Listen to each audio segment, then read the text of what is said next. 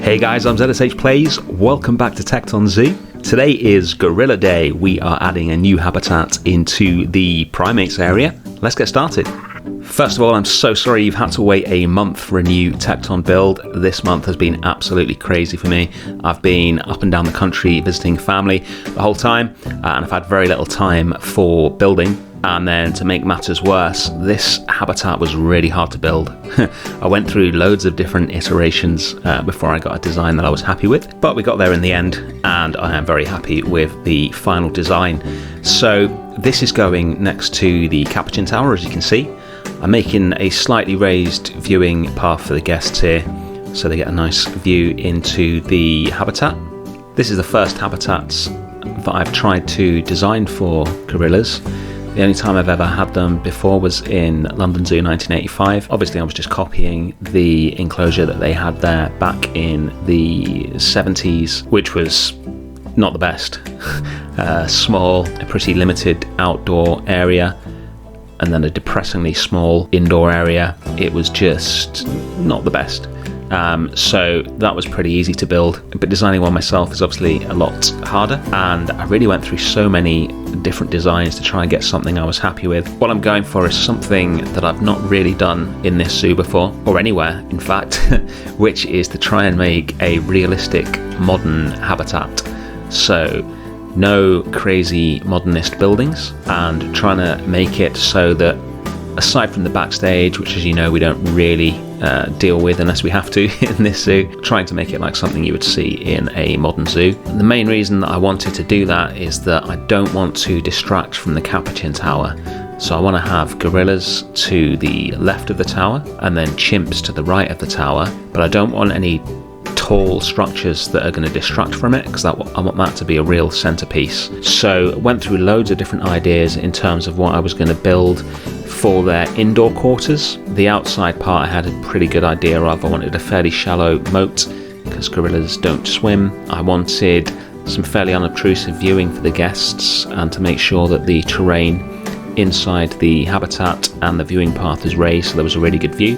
I wanted some climbing structures, and I wanted to use some of the Tecton style for those. Although I'm going for a pretty realistic look here, it's still very much going to be a Tecton style build. And the main thing I struggled with was their indoor quarters, so these need to be seriously large in a British zoo because of the weather, obviously. The gorillas are not going to be happy in the middle of winter, and you can't just give them a little outhouse that they're stuck in for months of a year. They need a really good indoor enclosure that's going to have lots of enrichment and lots of space, because they're going to be spending quite a lot of time there. Initially what I wanted to do was use the classic gorilla house from London Zoo that Tekton designed just as their indoor quarter, and then this large area that we're building here would be the outdoor quarter. And I tried to make that work for ages, but even just to use as their indoor quarter, and I think I mentioned this in the anniversary Lemur House episode, but it was still too small even for that. So I needed to come up with a completely new design, which is why I ended up using that for the anniversary Lemur House instead. And then I came up with a few different designs, including a simple but interestingly shaped modern structure, which we will get to in a bit. Now, while I carry on laying out the barriers and doing the landscaping for the outdoor part of the enclosure, a couple of announcements to make. Firstly, we hit 750 subs today, which is pretty incredible. When I started this channel, my aim really was to see if anyone was interested enough in this zoo to subscribe and watch the episodes as we build this. So to have 750 of you wonderful people watching is pretty incredible. So thank you as always for watching the channel. And secondly, if you need any Planet Zoo tutorials, which I don't really do, I don't really have time. It takes all my time to make these. But if you are in need of any tutorials, I just heard today that Paulsley has reactivated all the videos on his channel. Him and DeLadySigner are probably the best at making Planet Zoo tutorials for my money. They were certainly the people that I learned how to play this game from watching anyway. I'm sure there's some other amazing creators doing them as well. But yeah, if you need any tutorials, if there's any of the basics of the game that you are unsure of or anything you're struggling with, hit up Paul's channel and I'm sure you'll find the answer to your queries. So what I've just placed in there is actually a workshop item. I think this might be the first time I've ever used workshop items in a build, but these are Zoov's mud walls, and they are just so good. Pretty much everyone uses them now. This is exactly the kind of wall that I wanted for the back of the enclosure. This is the sort of thing that I was seeing in all the reference images that I was using for gorilla habitats that I really liked. I did what most people do. I hit up Zoo Chat and searched for gorillas, and then just looked at loads and loads of enclosures all over the world, mainly just by coincidence, I think, in America. They seem to really know what they're doing when it comes to gorillas, and these walls are just absolutely perfect. They're so good. They're on the workshop, they're by Zoov. I'll add them to the Tekton Zoo collection on Steam if you want to grab them yourself in the unlikely event that you don't already have them. But yeah, why spend hours trying to replicate something you've seen when Zoov's already done it, basically. It was my feelings on that. What we're doing now is adding in the guest viewing. So this path that we built right at the beginning is the main place to view the gorillas outside, and then round the back of the walls I've just placed will be an entrance to their indoor quarters when the guests can get a really good view of them as well. So I was in two minds as to whether to use mesh or glass here, but I went with glass in the end. I found that these big glass panels, if you tint them black, which is a bit counterintuitive, but if you tint them black, you get the best view for them. It is slightly darkened, as you'd expect from the colour, but it's a really clear view. If you use the default, as you can see here, it's quite blurry. It's not particularly transparent. I thought the white would be perfect, but that actually tints it white, which is an interesting effect, but definitely not what I was going for. So yeah, black is what I use there if you want to replicate that. And then we're going to put in a little pool for them as well. This is, I mean, to be honest, this is mainly here for visual interest rather than anything else. Gorillas don't swim, but I've made sure it is shallow enough for them to splash about in, so they won't be in any danger of drowning or anything. And just using the standard rotating technique that we always use here to get this in. And I actually really like this once it's sunk down into the terrain. I think it brings a nice look to this end of the enclosure. This is one of the things that I really struggled with when I first started playing Planet Zoo, which is trying to make realistic water pools in zoos. They're always sort of concrete lined, and the game doesn't really give you the tools to do that in any easy or sort of pre-made way. But I think I've got there now. It took a while, but using the plaster pieces, once that's finished off, it'll look good. Now we're on to the indoor enclosure. So like I say, I wanted a low profile for this building so it doesn't distract from the Capuchin Tower. I wanted something really simple, really modern, but then just to have some sort of twist on it to make it interesting. So I've decided to split the building into two halves.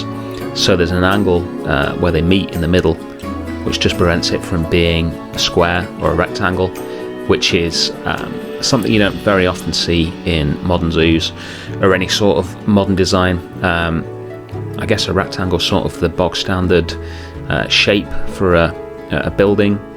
A lot of houses are built that way, but if you're trying to make something look designed and look good, it's not a great shape to go with unless you've got a really specific idea in mind and something cool.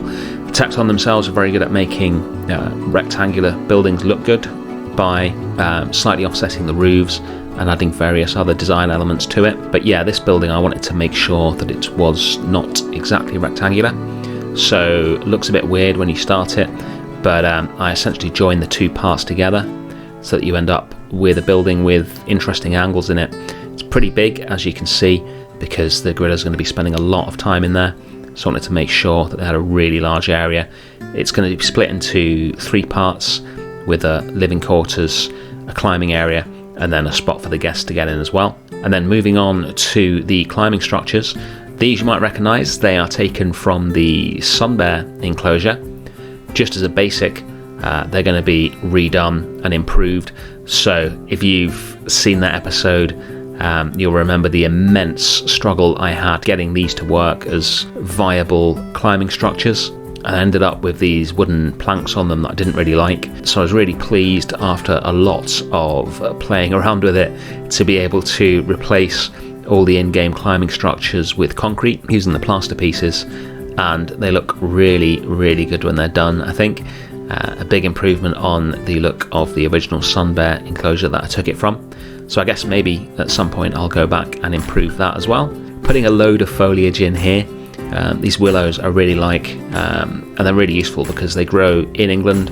I think they originate from Africa, I might be wrong, but they definitely grow in Africa, and the animals in the game are happy to have them in their enclosure when they're African animals, but they also grow all over England. My parents actually had one in their garden, so they do a really good job here of matching both a British zoo and an African habitat. Putting a load more foliage in as well, starting to get this outdoor area looking good. Another thing I saw in one of the reference photos I was looking at was a water feature, so I'm going to replicate that here as well, running out from these rocks and this log. I'm just getting the shape right here so that I'm happy with it. Now, one of the things I wanted to get in this build was, as well as the path that we've already built where the guests can see the gorillas outside, I wanted some viewing for the gorillas inside the Capuchin Tower. So when you come into the Capuchin Tower, you've got the Capuchins in front of you, and then if you turn left, you've got double viewing where to your right are the Capuchins again, and to your left are the gorillas. So that means that this part that we're building here will be visible from inside the Capuchin Tower. So there's something that we need to, banana for scale, very necessary.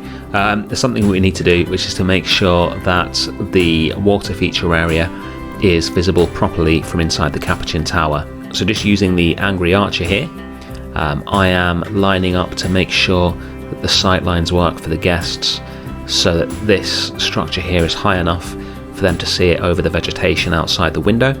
I can't get rid of that vegetation, it is hiding the edges of the path.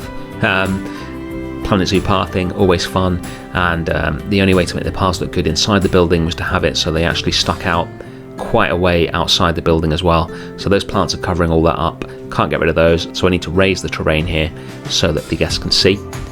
I wanted to use the gravel path as the base of the water feature, which I've done before, and it's a look I really like, but in the end it was actually a bit too much here, so I used it as a guide for where the edge of the water was going to be and filled it all in with various different rocks, and then I just deleted the path, and it looks pretty natural in a man-made way, if that makes sense, once it's finished.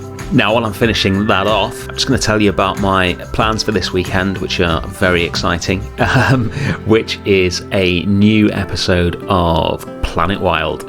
I love the Planet Wild series. I have so much fun making it, but I just don't have the time to do loads of episodes of it because I'm busy with Tecton, etc. But one of you guys made a really interesting suggestion in the comments. I always go out and get ideas for future environments that we can build for that series, and I've been saving one of the ideas for Christmas because it is absolutely perfect for a Christmas episode. So I'm going to be starting that in the next couple of days, and that will be out at some point prior to Christmas. So keep an eye out for that, and subscribe if you haven't already so that you get an alert. But yeah, really looking forward to making that. It's so much fun doing Planet Wild because it is the direct opposite of Tecton, and whenever you're doing anything creative, it's really good to have options and different sort of feels that you can go for. I don't know if a zoo can have a feel. I guess it can, but yeah, that will be coming up pretty soon in the next week or two, so keep an eye out for that. Almost finished with the water feature here. What we're going to move on to now is just a little bit of the decorating of the primates area leading up to this habitat. So this area is going to be really heavily planted. I want it to be a really immersive area where you can sort of lose yourself in it as you walk around. I spent a hell of a lot of time planting up the area leading up to it. I am not going to subject you to that, just a few seconds of it, but you're going to have a central pathway with forest on either side that leads up to the Capuchin Tower, and then you sort of delve into the forest on either side to get to the gorillas and the chimps. So in this episode I'm concentrating on the gorilla side of it. When we do the chimps, I will also create an entrance to the area and landscape everything so that it's one sort of whole that really feels like an experience when you get into it. So you'll notice I've moved the gorilla's indoor habitat. I started off putting it right at the end of the habitat so they had loads of outdoor space, and then realised that the visitors in winter would have to walk past this enormous empty habitat to get there, which didn't really make sense, so I decided to move it to the back of the enclosure as you look at the climbing structures, and it makes so much more sense here. Now the visitors can just have a short walk around the sides if the gorillas aren't playing out that day, and go in and see them there. Now on the inside of the habitat, I have lent heavily on the expertise of my fellow creator, Beezy, who I'm sure you're familiar with if you watch my channel. He's probably built about 1,000 gorilla habitats in his time. I got him to send me some reference pictures. What I'm doing now is creating this framework for the roof. It's a metal grid attached to the roof, which allows you to then attach various climbing elements to it. You can see me adding those in now. This is one of Beezy's climbing structures from his climbing pack, which is on the workshop and in the Steam collection. I'm going to heavily modify it for this particular build so it fits in perfectly and looks more like something that I would make and fits in nicely. But yeah, the structures in the ceiling allow you to hang ropes and various other things from them to give enrichments for the gorillas, and I'm going to colour everything to make it fit the Tecton theme. And you can see an area in the back there which is raised off the floor. That is where they can make their nests. Gorillas like to sleep in nests a little off the floor. Now moving on, it's back to the outside. I've added a viewing gantry on top of the building, which it gives you an amazing view of the gorillas. The concept for this is that this would be a VIP experience, so there's not going to be loads of people up here all the time, because animals do not like it when there are people stood above them looking down on them. It makes them feel threatened. I guess the humans have the high ground, so to speak, so animals don't like that. But this will be like an extra paid VIP experience for guests, where small parties would be taken up to give them a really good view of the gorillas that other people can't get. I'm adding some of Haribo's netting here. This is his modular netting pack. I say his, he may not be he, I don't know. But this is an absolutely incredible pack, which must have taken, oh my god, like so long to make. It's just the little mesh pieces, but they've made them so they are curved and hanging down like the netting rather than mesh. It's an incredible piece. I've put it there, A, because it's beautiful, and B, because I need some way to stop the gorillas escaping.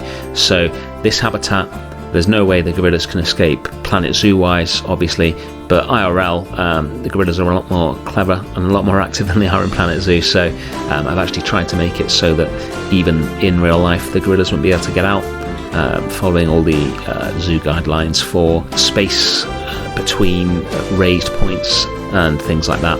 This is the entrance for the guests to the indoor quarters. We're going to put a Tecton sign up here on a base of one-way glass, which always makes a really nice backing, and then just using Noto Sans for the text itself. And you can see behind it the viewing windows for the gorillas.